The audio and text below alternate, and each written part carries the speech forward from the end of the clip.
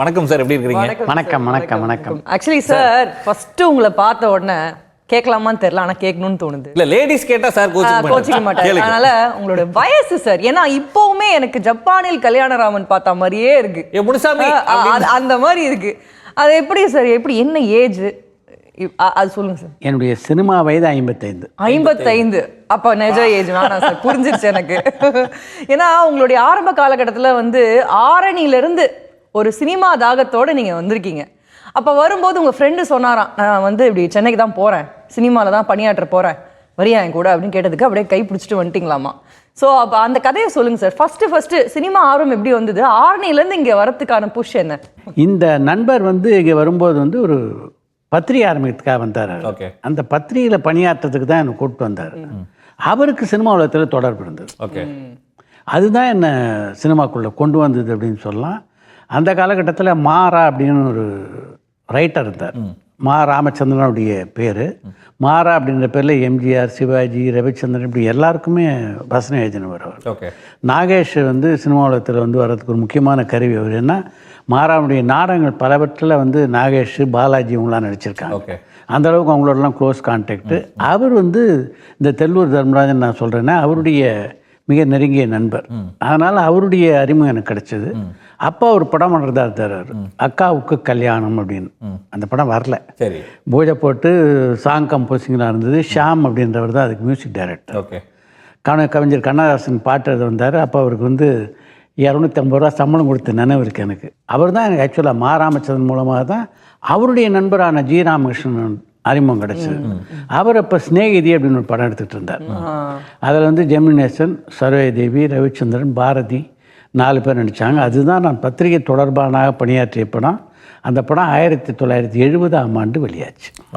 இப்போ நீங்கள் ஃபஸ்ட்டு நீங்கள் உங்களுடைய இங்கே சென்னையில் வந்து உங்களுடைய வாழ்க்கையை ஆரம்பிக்கும் போது ஒரு ஃபிலிம் கிரிட்டிக்காக ரிவ்யூஸ்லாம் எழுதி ஆரம்பிச்சிங்க. ஸோ அனுபவம் புதுமை தான் நீங்கள் ஃபஸ்ட்டு ரிவ்யூ பண்ண படம் இல்லையா? இப்போ இன்னைக்கு ரிவ்யூஸ் அப்படின்னு எடுத்துக்கிட்டா அது பரவலாக நடந்துட்டு இருக்கு. ஒரு ஃபோன் இருந்தால் போதும் சார், நம்ம உடனே ஒரு படம் பார்த்துட்டு டக்குன்னு இன்டர்வெல்லே ஒரு ரிவ்யூ மாதிரி நம்ம எழுதிடலாம். பட் அன்னைக்கு காலகட்டத்தில் ரொம்ப அமர உட்காந்து ஒரு படத்தை வந்து சீன் பை சீன் அனலைஸ் பண்ணி மக்கள் வந்து வெயிட் பண்ணுவாங்க, இது என்னைக்கு வருது. ஸோ ஃபர்ஸ்ட் தெரிஞ்சுக்கலாம், நம்ம படத்தை பார்த்தா கூட இவங்க என்ன சொல்லியிருக்காங்க, எக்ஸ்பர்ட்ஸ் என்ன சொல்லியிருக்காங்க அப்படின்னு பார்ப்பாங்க. எப்படி பார்க்குறீங்க சார் அன்னைக்கு காலகட்டமும் இன்னைக்கு காலகட்டமும்? இல்லை, அன்றைய காலகட்டத்தில் விமர்சனங்கள் இன்னும் கொஞ்சம் கன்ஸ்ட்ரக்டிவாக இருந்தது. என்னென்னா இந்த இயக்குனர் இந்த விஷயத்தை இப்படி பண்ணியிருக்கலாம் அப்படின்னு ஆலோசனை சொல்லக்கூடிய அளவு கூட விமர்சகர்கள் இருந்தாங்க. அந்த மாதிரி கருத்துக்களை வந்து ஏற்றுக்கொள்ளக்கூடிய பக்குவம் வந்து பல இயக்குநர்களுக்கு இருந்தது. அந்த அளவுக்கு அதாவது இந்த விமர்சனங்கள் படிக்கிற எல்லாருக்குமே அவங்கள வந்து தாக்கியே விமர்சனம் எழுதப்பட்டிருந்தா கூட அந்த டைரக்டர்களுக்கோ சம்மந்தப்பட்டவங்களுக்கோ கோபம் வராது. ஒரு நியாயமாக தானே சொல்லியிருக்காரு அப்படின்னு இருக்கும். அதில் இப்போ வந்து ஒரே ஒரு மாறுதல் தான் நான் பார்க்குறேன். விமர்சிக்கிறத விட கொஞ்சம் வந்து அதை காரமாக கொஞ்சம் வன்மத்தோடு சொல்லணுன்ற ஒரு ஆக்ரோஷத்தோடு சொல்லணுன்னு இருக்குது. அப்படி சொல்ல வேண்டிய விஷயம் இல்லை. இப்போ நீங்கள் என்ன விமர்சனம் அப்படின்னு எதுக்கு சொல்கிறீங்க? ஒன்று மக்களுக்கு இந்த படம் எப்படி இருக்குன்னு எடுத்து சொல்லணும்னு பார்க்குறீங்க. அந்த மேக்கருக்கு நீங்கள் சொல்கிறது என்னென்னா, அப்பா போன படம் ரொம்ப நல்லா பண்ணேன், இந்த இதில் வந்து இந்த இடத்துல தடுமாறி இருக்கு, இதை கொஞ்சம் சரி பண்ணிட்டீங்கன்னா அடுத்த படம் நல்லாயிருக்கும். இதை வந்து கொஞ்சம் நாசுக்கா அழகாக பண்பாடோட சொன்னால் அந்த இயக்குனர் கூட திங்க் பண்ண சொன்னோம். இதை வன்மத்தோட என்னையா படம் இருக்குது இதெல்லாம் பார்க்கும்போது நீ முதல்ல பண்ணியா அந்த படம் நீ பண்ணியா இல்லை வேறு யாராவது பண்ணான்னு தோணுது அப்படின்போது அவருக்கு இந்த கருத்து பதியாது. அந்த வன்மமான இந்த விஷயந்தான் இருக்கும். இந்த விமர்சகர் பேரில் தான் கோபம் வரும். அது இல்லாமல் இன்னும் கொஞ்சம் வந்து சொல்கிற விஷயம் எதுவானாலும் இனிய உளவாக இன்னாத குரல் கனியிருப்ப காய் கவர்ந்துட்டு இருந்தா அவ்வளோதான் விஷயம். ஆனால் சார் இப்படி பத்திரிகை இப்படி ரிவ்யூஸு இப்படி போயிட்டு இருந்த லைஃப்ல இருந்து ஃபஸ்ட்டு எது சார், ஆக்டிங்கா டைரக்ஷனா எது சார்? ஃபஸ்ட்டு வந்து டைரக்ஷனில் உதவி டைரக்ஷன்.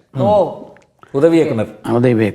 அது வந்து பாரதி ராஜா என்னுடைய நண்பராக இருந்ததுனால க்ளோஸ் அசோசியேஷன்ல சார். ஆமாம், அது வந்து நான் வந்து பத்திரிகையாளனாக இருந்தபோது அவர் உதவி இயக்குனராக இருந்தார். அப்போ ஒரு உதவி இயக்குனருக்கும் பத்திரிகையாளருக்குமான உறவாக அது இருந்தது. அப்புறம் வந்து அவர் அந்த பீரியடில் தான் இந்த 16 வயது படத்தை ட்ரை பண்ணிகிட்டு இருக்காரு. அதுக்கு முதல்ல வந்து அவர் வந்து என்எஃப்டிசிக்கெல்லாம் அப்ளை பண்ணியிருந்தார். அந்த கதை அப்ரூவ் ஆகலை. இந்த கதையெல்லாம் நாங்கள் பாண்டி பிச்சாரில் வந்து பனகல் பார்க்கில் தான் உட்காந்து அவர் அது பக்கத்தில் தான் இந்த ஆஃபீஸ் ராஜ்கன் ஆஃபீஸ், அது பக்கத்தில் தான் கேஆர்ஜி ஆஃபீஸ் இருந்தது.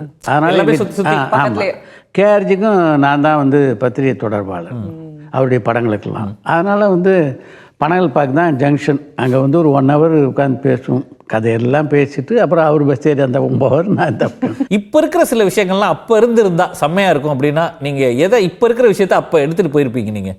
எது? டெக்னாலஜியில் இல்லை எதுவாக வேணாலும் இருக்கலாம். நம்ம அன்றைக்கி வந்து ஒரு பிரிண்ட் மீடியாவில் இருந்தோம், இன்றைக்கி வந்து விஷுவல் மீடியா இருந்தோம். இந்த விஷுவல் மீடியா மட்டும் கொஞ்சம் முன்னாடி இருந்திருந்தா பல சுவாரஸ்யமான விஷயங்களை நம்ம வந்து பதிவு செய்திருக்கக்கூடும். கரெக்ட். யோசிச்சு பாருங்கள், எம்கே தியாகராஜர் பற்றி முழுமையான பதிவு இல்லை, பி.யு. சின்னப்பாவை பற்றி முழுமையான பதிவு இல்லை, எல்லிசா டங்கன் அப்படின்ற ஒரு அற்புதமான இயக்குனர், அதாவது அங்கேருந்து வந்து ஒரு ஆங்கிலேயர் இங்கே என்ன மாதிரியான படம் பண்ணியிருக்காரு. ஒரு பக்கம் சகுந்தலை, இன்னொரு பக்கம் மீரா, அதாவது தமிழருடைய சிறப்பெல்லாம் சொல்லக்கூடிய பல படங்களை பண்ணியிருக்காரு அவர். அவரெல்லாம் வந்து ஒரு அழகான பேட்டி கண்டிருக்கலாம். அந்த பேட்டி வந்து இன்றைக்கி வந்து ஒரு ஒரு வீடியோவாக இருந்ததுன்னா என்ன மாதிரியான பதிவு அது பிற்கால சந்ததியினருக்கு எப்படிப்பட்ட பார்க்க முடியும். எதுவாக இருந்தாலும் நீங்கள் எழுதுறது அப்படின்றது ஒரு விஷயம். கரெக்ட். அவங்களே சொல்லும்போது இப்போ இந்த ஹார்ஸ் மவுத் அப்படின்போது திங்ஸ் ஆர் டிஃப்ரெண்ட்லியா. அதே மாதிரி தான் புரட்சித் தலைவர் எம்ஜிஆர், இன்னொரு பக்கம் நடிகர் சிவாஜி, இவங்க 2 பேருடைய வாழ்க்கையும் முழுமையாக ஒரு பதிவு இருந்தால் அது எப்படிப்பட்ட ஒரு வரலாற்று ஆவணமாக இருந்திருக்கும், எப்படிப்பட்ட ஒரு வழிகாட்டல் இருந்திருக்கும். அதில் இது எல்லாத்தையும் மிஸ் பண்ணுறோம். பெரிய ஆவணமாக இருந்திருக்கும் நிச்சயமா. இப்போ எவ்வளோ பெரிய விஷயம். ஸோ பாரதிராஜா சாரோட ஒரு க்ளோஸ் அசோசியேஷன் ஒர்க் பண்ணிட்டு இருந்தீங்க. அப்புறம் நீங்கள் வந்து டைரக்ஷனாக வந்து ஆரம்பிச்ச படம் சூரசம்ஹாரம். அதை பற்றி நம்ம பேசி ஆகணும். ஏன்னா கமல் சார் ஆக்டும் பண்ணியிருக்கீங்க. ஏன்னா ஜப்பானில் கல்யாணராமன் ஆக்ட் பண்ணியிருக்கீங்க, அப்புறம் வசூல் ராஜா ஆக்ட் பண்ணியிருக்கீங்க. இதுக்கு நடுவில் வந்து அவரை வச்சு டைரக்டும் பண்ணியிருக்கீங்க, நிரோஷா அவங்க எல்லாரையும் வச்சு. அந்த அனுபவம் சொல்லுங்கள், எப்படி அது ஆரம்பிச்சது? கமல்ஹாசனை வச்சு என்னுடைய பட நிறுவனத்தில் ஒரு படம் எடுக்கணும்னு தான் அவருக்கு நாங்கள் முன்பணம் கொடுத்தோம். நிறைய நம்ம தொடர்ந்து படம் பண்ணிகிட்டு இருந்தேன் நான்.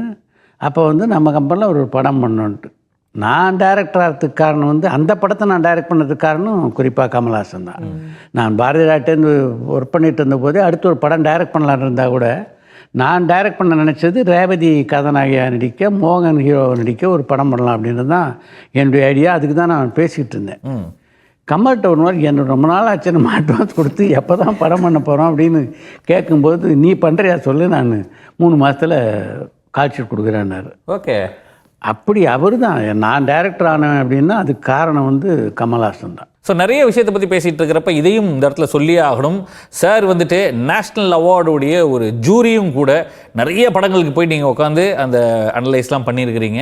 ஸோ 2002 நினைக்கிறேன் சார், அப்போ தான் வந்துட்டு லகானுக்காக ரஹ்மான் சார் விருது வாங்கியிருந்தார், நீங்கள் ஜூரியாகவும் இருந்தீங்க. சார் பொதுவாக ஜூரி அப்படின்னு நாங்கள் சொல்லுவோம், எப்படின்னா நார்மலாக ஜூரிக்கு நன்றிகள், ஜூரி பார்த்த படம் அப்படின்னு. என்ன சார் நடக்கும் ஒரு விருதுகளில், அதுவும் நேஷ்னல் மாதிரியான ஒரு விருதுகளில் என்ன மாதிரியான விஷயங்கள்லாம் நடக்கும்? அந்த ப்ராசஸ் சொல்லுங்களேன். நான் அந்த விருது குழுவில் இருந்த வரைக்கும் பார்த்தீங்கன்னா இது மாதிரி எக்ஸ்ட்ரா இன்ஃப்ளூயன்ஸுன்றது அதில் வந்து 1% கூட கிடையாது. ஓகே. இப்போ நாங்கள் என்ன வந்து படத்தெல்லாம் பார்த்துட்டு முடிவெடுத்து ஒரு அறிக்கையை சமர்ப்பித்தோமோ அதை தான் வந்து சுஷ்மா ஸ்வராஜ் அறிவித்தாங்க அன்றைக்கி. அதில் ஒரு மாற்றம் கூட கிடையாது, ஒரு பேர் மாற்றம் கூட பார்க்க முடியாது. அந்த வருஷம்தான் வந்து லெனினுக்கு வந்து சிறந்த இயக்குனருக்கான தேசிய விருது வழங்கப்பட்டது. எனக்கு தெரிஞ்சு தமிழில் வந்து அகத்தியனுக்கு அப்புறம் அடுத்து டைரக்ஷனுக்காக தேசிய விருது வாங்கினதுன்னா அது லெனின் தான்.